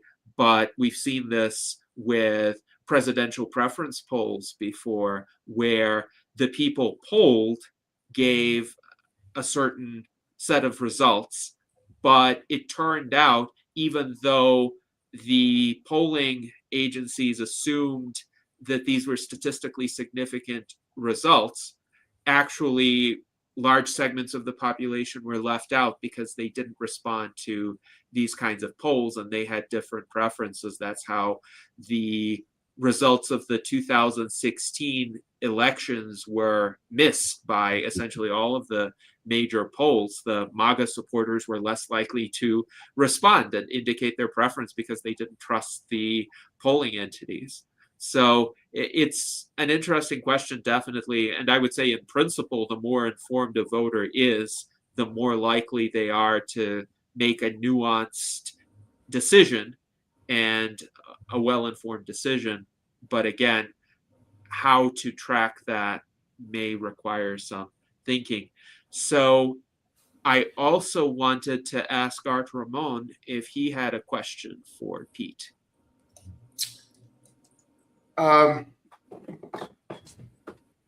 Just the idea of ballot access is one that, it's very difficult to get signatures. But, any changes that would help third parties, the duopoly is not going to support. So it's like you need to find something that the duopoly will support, but that will also help out the third parties. Probably technology is something that could be used. I know when I did my my driver's license here in Arizona, the most recent one, they have like a website set up, and it was something to do like with authentication. I don't remember the details, but maybe using something like that where you already have the state entity was putting up a website to authenticate people, maybe use that, leverage that for getting signatures, because going door to door is difficult, and then they can contest the signatures. But if you're using this already existing website by the state and sort of leveraging that to get those required signatures, I think that might be a way to go, where you're not going to get that opposition from the duopoly because it's a system already set up for a different reason. But I don't remember the website though. But yeah, it was something to do with getting my driver's license. So identifying myself. I think I had to get the app in the phone and like move your face around, and it takes a 3D image of your face. It forces you to look around, and it gets a good image of your face. Any thoughts on that? It would be amazing if people could electronically sign the ballots. I mean, especially if there was a proper authentication, because it would make it real hard to challenge the signatures. That would be amazing. And I think it is something that maybe the Democrats and Republicans would get on board with, because collecting signatures for them is also a chore that they would prefer not to do. So yeah, I mean, I would be totally supportive of something like that. And yeah, it has to be done. Now, I guess you bring up a point too, is I don't know if you're moving your head around if your facial recognition is on file with the state. I mean, that brings up some other issues. But there has to be a way to do it. It's interesting. It's interesting, and thank you, Art Ramon, for your question and observation. Arizona is the only state that I'm aware of that allows electronic signatures for ballot access petitions, and a candidate may satisfy up to 50% of the petition signature requirement in Arizona through electronic signatures. In the rest of the states, people have to go out and collect the signatures by hand, which of course introduces a lot of possibilities for those signatures to be challenged, because somebody could have sloppy handwriting or could have signatures that don't match what they signed in some other place. But also, of course, it is just a time-consuming process. And then the paper on which the signatures are gathered also has to be formatted in exactly the right manner. And if there are some errors or inconsistencies in that, then the entire page of signatures could get challenged and thrown out. So, first of all, do you think it's intentional on the part of the duopoly to make the signature gathering that difficult and to keep it confined to paper? And second, do you see any prospects for moving to electronic signature gathering, at least to fulfill some fraction of the total requirement in more states than Arizona. So, of course, you would have some particular insight into Wisconsin, but do you think there's any possibility for that to become available in any other state? Well, I think that, really for ballot access laws, we have it pretty good in Wisconsin. Um, comparing that to many other states, and they have not changed. They have not changed the rules. The Green Party ran in 2024. Is that the Green 11, where they ran a candidate for Senate and all 10 congressional districts, which was amazing. To get on the ballot in all those districts. Well, they tripled the requirements, the legislature. So that's the kind of things other states have to deal with. Also, we do not require party registration in Wisconsin. So, where you don't have to register as a Republican, a Democrat, a Green, a Libertarian, Constitution, whatever party it might be. Many states have that, and many states have it where, like if I was a Green Party candidate in North Carolina, I would have to get my signatures from people who are registered Green Party, which even makes it more limited. So in Wisconsin so far, I don't believe that the Republicans and Democrats are using that as a barrier to against third parties, saying, haha, you have to go out and get all these signatures. I think the signature levels are fine. If you run for state assembly, you need 200. If you run for state senate, you need 600. Heck, when I ran for alderman in Racine, I needed to gather 20 signatures. Just fairly easy level to get. And then as far as a portion of that or part of it being electronic, I would definitely see if there's a way we can safely use technology to do this task. I would be 100% in favor of it. And you know what? The person at home would rather pick up their smartphone and do it, or sit at their laptop, than sit on a street corner and be stopped by somebody and have to sign something. So I think the public would also appreciate it. Yes, absolutely. I think there are a lot of voters who would like to be more involved in the political process and who would sign more petitions if they could do it electronically from the convenience of their homes or wherever they happen to be. Because I'm sure for any given candidate or cause, there are a number of people who would in principle support it if they were there to sign the petition. But then some volunteer or even some paid service, because there are services that one can hire to gather petition signatures, would need to be in the vicinity of that person in order to get them involved and get them to be able to express that preference. And Daniel Tweed points out that in his races for Thousand Oaks, California City Council, he had to get 25 signatures. So again, a manageable amount, and as long as the number of signatures required is reasonable, then yes, it is possible for the candidate with a small team of volunteers to gather them. But for states where there are tens of thousands of signatures required, or in certain jurisdictions like California, hundreds of thousands of signatures, that becomes an insurmountable task unless one has a lot of money. Now, I'm also curious in terms of your experience in managing other political campaigns before. Which campaigns were those, and how did they go? What were the results? What did you learn from each of those experiences? Oh, great, good question. So the first campaign I managed was my own, obviously, and I learned a lot through that. And I managed campaign for a gentleman named Todd Price, who was running for state superintendent of schools. He was the Green Party candidate at the time, even though it was it was a nonpartisan office. That would have been 2007 or 8, or probably 2007.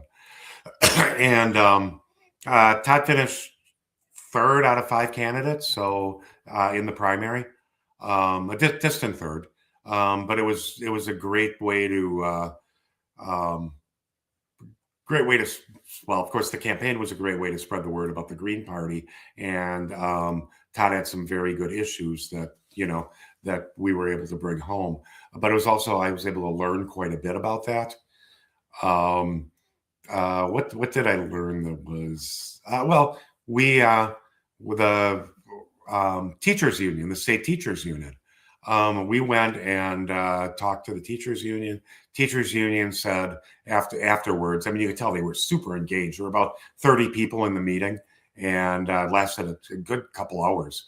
And they, afterwards, people were telling me, we've never had a candidate that spoke with such clarity on the issues. And they were also impressed that, it wasn't straight from their union platform, that there were actually some things they disagreed with, but they were minor things, and that they may look at changing some things, because I mean, I've never seen so much praise, and we were the last of all the candidates to go in for the endorsement.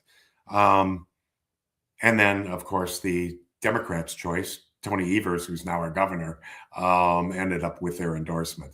So I learned an important lesson, that some of these groups are, go through the process, but that they are, they're going to go with who they think is going to win. And also that it's real hard for a lot of these groups to go against, if they're traditionally Republican supported, to go against the Republicans. And if they're traditionally Democratic supported, it's real hard for them to break away, because they feel they're going to lose some power somehow, when in effect, these politicians need them. They're the ones with the power. So they have it kind of ass backwards, but it was a good lesson for me. I've helped out on several campaigns. I've run some campaigns for alderman. Josh Anderson was the last one, and Josh did fairly well, a special election in Milwaukee, in a very engaged Milwaukee neighborhood. And I think there had to be a dozen people running, and Josh finished in around the middle of the pack. And again, he ran as a Green Party member. What else have I done? And Michael White campaigned for governor in 2018. Ran a campaign. One thing I learned from doing this, I ran Chester Todd's campaign. Chester was interesting. He's 82. He was 82 years old at the time. He was an elder in the Black community, and he lived where I grew up. He still lived there. I grew up maybe 3-4 blocks from him. And Chester's an amazing person, never deviated from what he thought. And is the most honest candidate I've ever come across. What we did with Chester's campaign, and learned a lot of lessons with this, is Chester ran for Congress in Wisconsin Congressional District 1, ironically, Paul Ryan's old district. And we had realistic goals. Our goals were not to win, because we didn't think we could do that. Our goals were to give Chester a voice and a platform, and we were able to accomplish that goal. And then we had certain electoral goals. We concentrated on certain precincts in Racine, Kenosha, and Beloit, which are 3 of the 4 top population districts in the county. And we targeted people. We ran these the streaming TV ads we were talking. We ran highly focused messaging on yard signs for Chester. And we campaigned really hard at different levels in some of those neighborhoods. And what we found was that the more we invested in the neighborhood, the more we invested time and money and campaigning, doing doors, that sort of thing, the higher the vote total was in those precincts. So we were getting, Chester received 2.1% district-wide. In the highest precincts that we really worked hard on, he was getting 8 to 12% of the vote. So his message gets out, people will vote. They will vote for him. And then as we looked at the precincts down the ladder, the less time we spent, if we spent minimal time, not minimal, but just a little bit of time in those precincts, we would get maybe 3-4%. And, goes right up. So if you have the time, if you have the campaign staff and the volunteers, and you have the money, people will listen to a different message, and they'll feel free to break away from that two-party trap. Yes, thank you. And that's a great overview of the campaigns you've managed and the lessons you learned. Jason Geringer points out that your approach is one of learning by doing, and he likes that.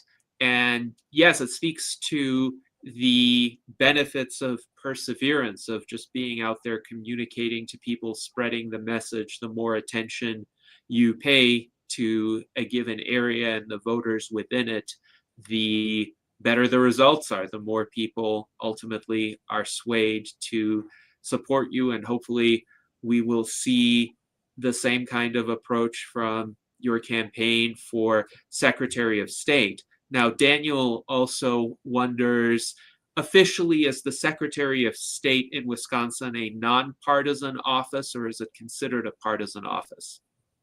It is partisan. So the constitutional offices in Wisconsin are governor, lieutenant governor, attorney general, secretary of state, and state treasurer.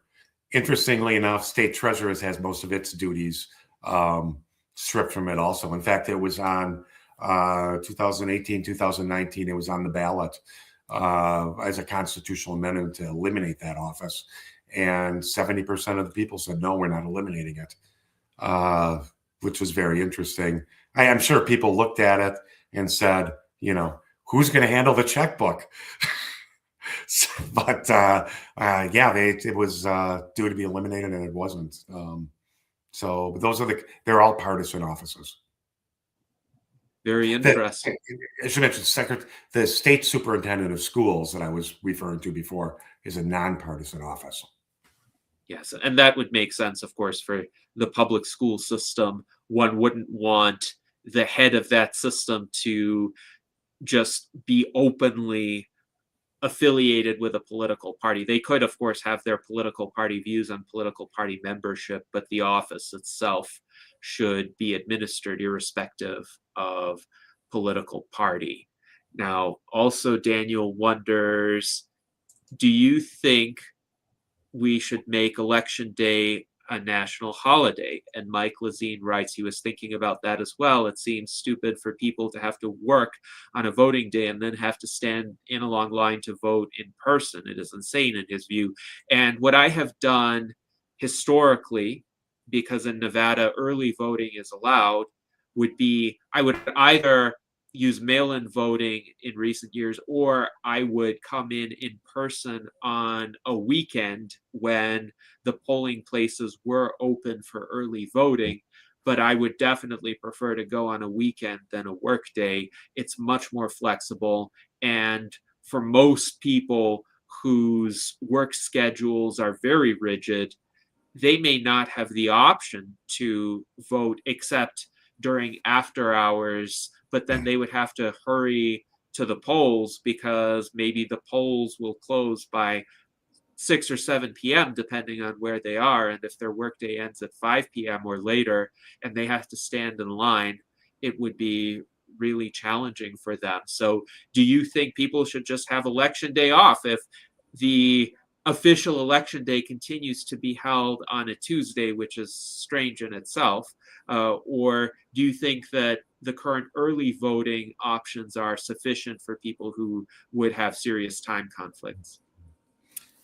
So I understand it being a national holiday. In fact, I kind of agree if you take that in isolation. I think that Election Day every 4 years should be a national holiday. But I'm not sure where it stops because we have local elections, we have state elections, and in Wisconsin we have 1, 2, 3, 4 elections a year plus special elections.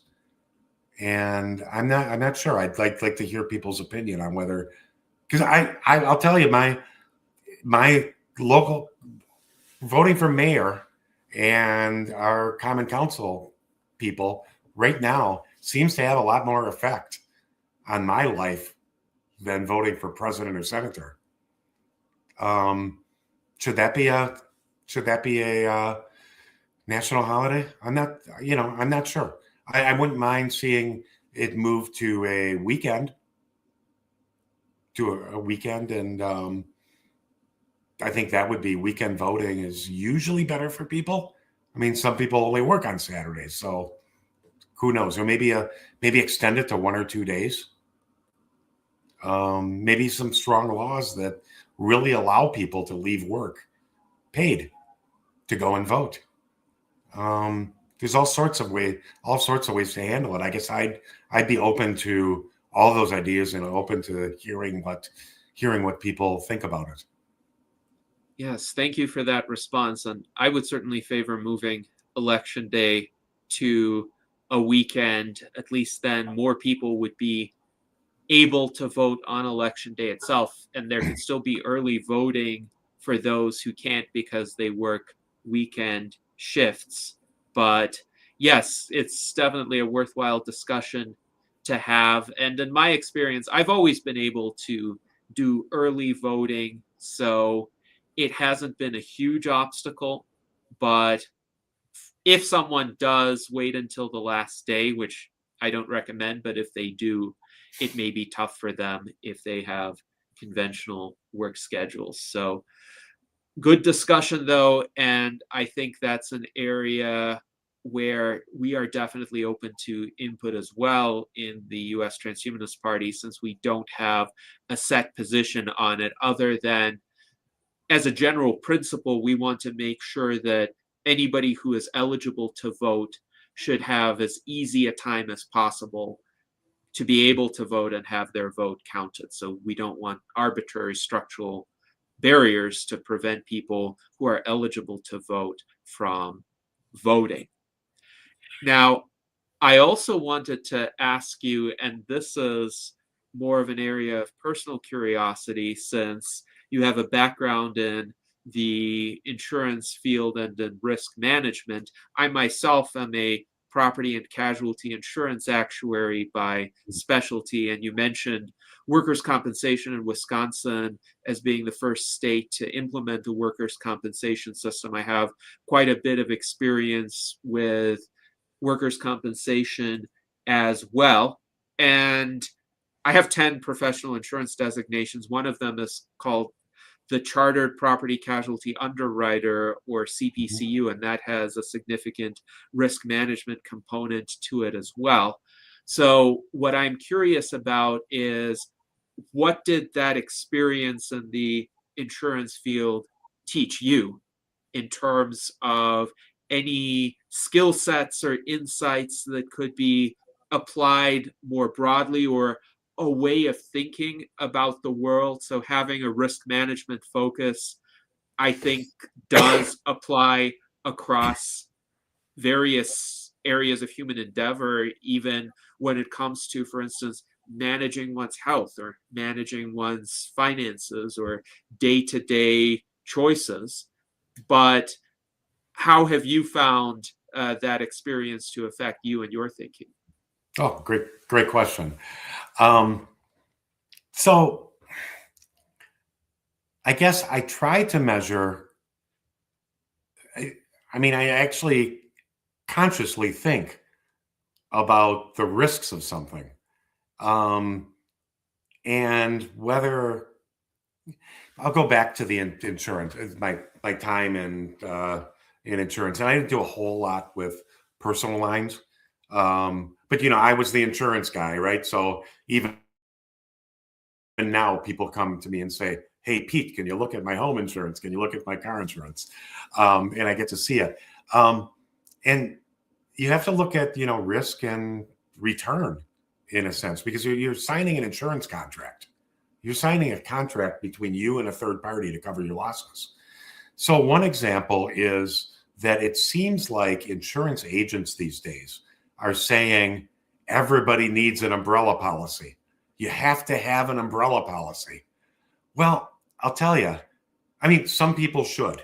Some people with higher incomes and a lot of wealth that they have and can afford it and have disposable income, it's probably a good idea, because spending that $300 on an umbrella policy is going to be, a very small chunk of their income, and it's probably safe. But I'm seeing that also.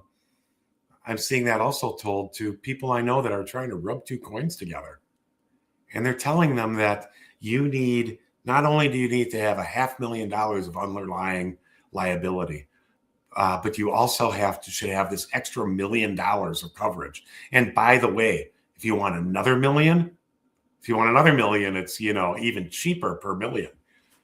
And I'm sitting there saying, this, for some people it makes sense, and some people it doesn't. Some people should take that risk themselves, because that $250 or $300 they're spending for that personal umbrella policy, they could really use an extra $20 a month. Other people, it fits. So in a sense, I try to analyze everything in that same way. And I look and, as far as politically, I mean, look at where we are in this country. We have, we're in all these wars. We have a national debt that's just totally, totally, totally ridiculous and is going to collapse the dollar. We have an environmental crisis. We have a labor crisis. We have, I go right down the list. And politically, when I look and say, should I take this political risk and try to change it? What the hell is there to lose? Yes, absolutely. And thank you for that answer. Indeed, it seems to me, as somebody who is very physically risk averse and quite financially risk averse, most people are too socially risk averse. They're too risk averse in expressing their true beliefs. They're too afraid of standing out from the crowd or from the mainstream.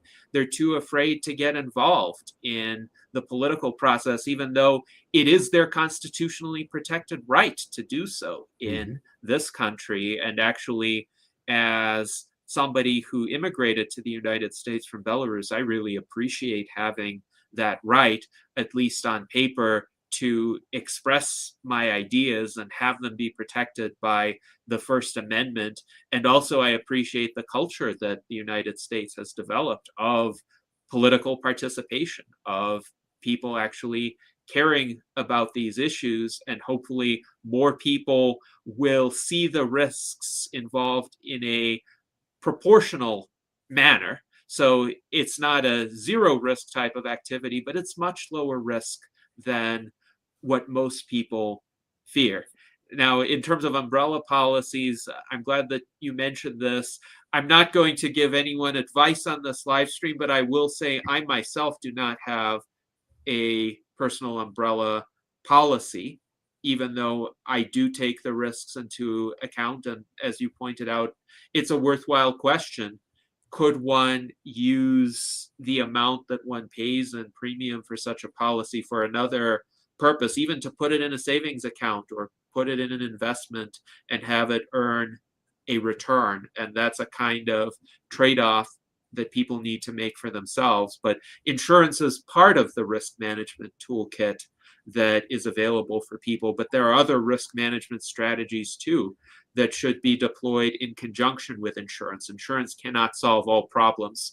In fact, a lot of insurance policies have exclusions that specifically prevent them from being able to solve certain kinds of problems, and then people have to find different ways to address those risks. So thank you very much. And before we conclude, we have another question from Daniel Tweed, who wants to raise this one directly. So Daniel, please go ahead.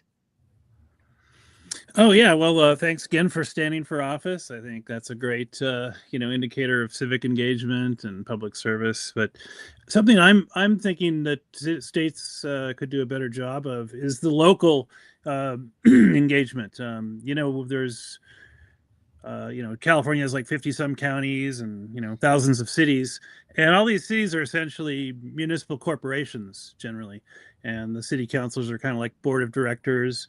And they're passing what are essentially municipal resolutions, which don't actually have a lot of force of law enforcement powers, but some of them are good ideas, and they get enforced sort of voluntarily. I think it'd be interesting if all secretaries of states of all the U.S. states could actually kind of compile a database of these municipal resolutions and see which ones are duplicative and which ones might work in other cities, and maybe let the voters have kind of a stock market of ideas, where they upvote or downvote various municipal resolutions. There's a friend of mine who's been doing something like this called Agora, kind of the electronic Agora, where he has like this so-called stock market of ideas. And I'm a big supporter of a concept like that. But would that be within the purview of the Office of Secretary of State, for example? So I don't think it's under my purview if I were in Wisconsin as Secretary of State, but that doesn't mean that I could not talk about that. Because once you're Secretary of State, people will listen to you, and Yeah. you do have a podium, and I think that's a great idea. I mean, there's all sorts of ideas that are being used in other places, whether they're in the United States or in Peru or in Turkey or wherever, that would be beneficial if we knew about them and could incorporate them into our own communities. Heck, a lot of times we don't know what's going on 3 municipalities over, especially with the way local media has been forced to cut their staffs. We used to have all sorts of local newspapers with journalists on the ground covering local news and then sharing it with others. And now you still may have those same entities, but they really don't have their reporters. They're just repeating news off the wires or off the few reporters that group the conglomerate of newspapers have, and that's a real problem. So if there was something set up, and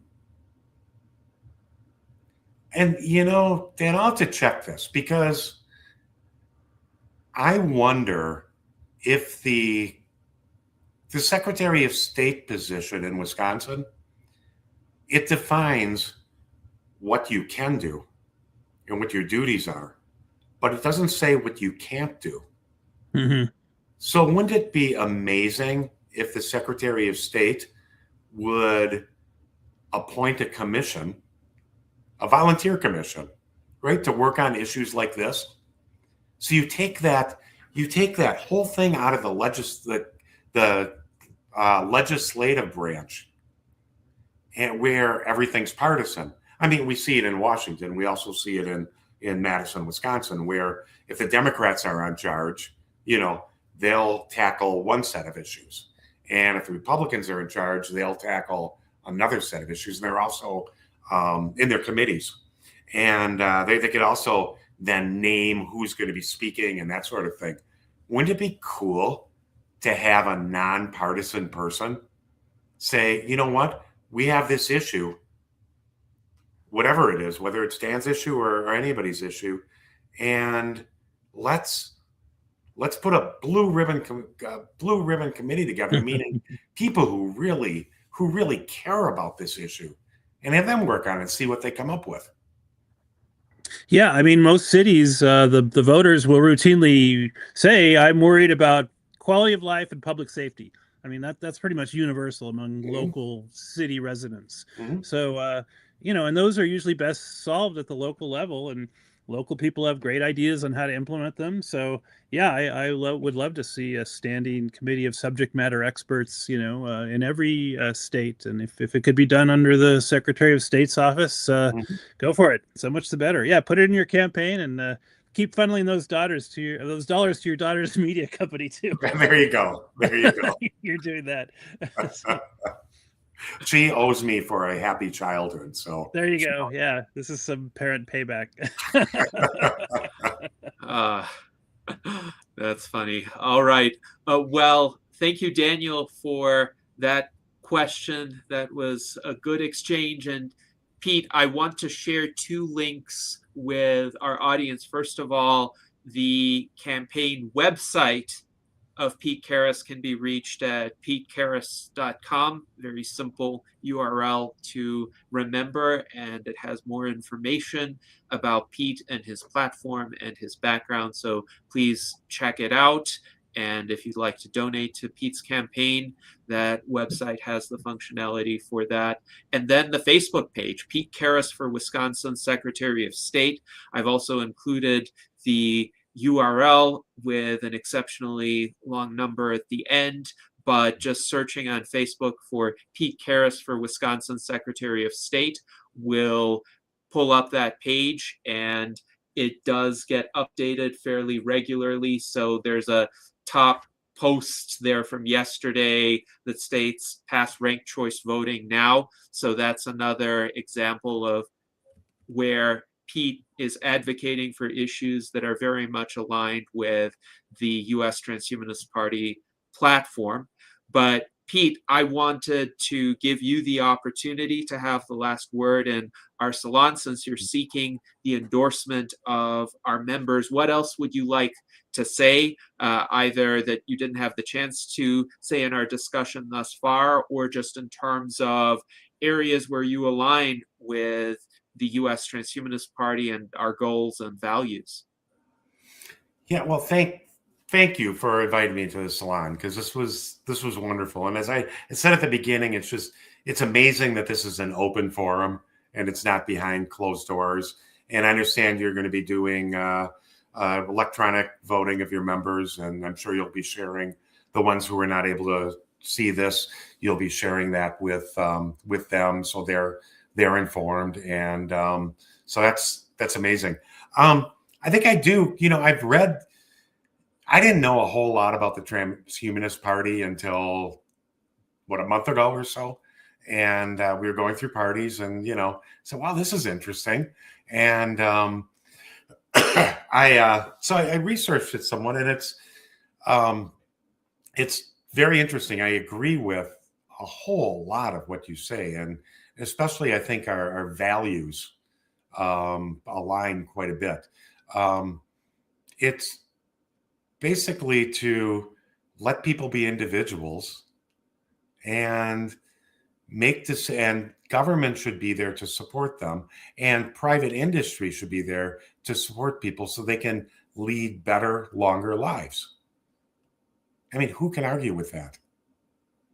I can't. I mean, that's the same way I feel. It's kind of basic morality to me. So I think we align, and I think we align on the uses of technology. I really want to do a deep dive into how to, we have a lot of records in the Secretary of State office that are being digitized, and how we can do that and then use technology to serve the public better. So that's something that I became more aware of by researching the Transhumanist Party. So I appreciate that. I really appreciate the discussion today. What a bunch of great questions. And, the questioners stayed right on topic. Sometimes I didn't, but I think I pulled myself out of that rabbit hole fairly quickly. But it was very, very good discussion. Very impressed with the whole way this was run. So thank you for that. Yes, I am seeking the endorsement of the party. And I am also, so I'm running on the Wisconsin Green Party ballot line. And which is the party that I guess has been doing the best in the state of Wisconsin, if we judge them, but there are some others that are also do well.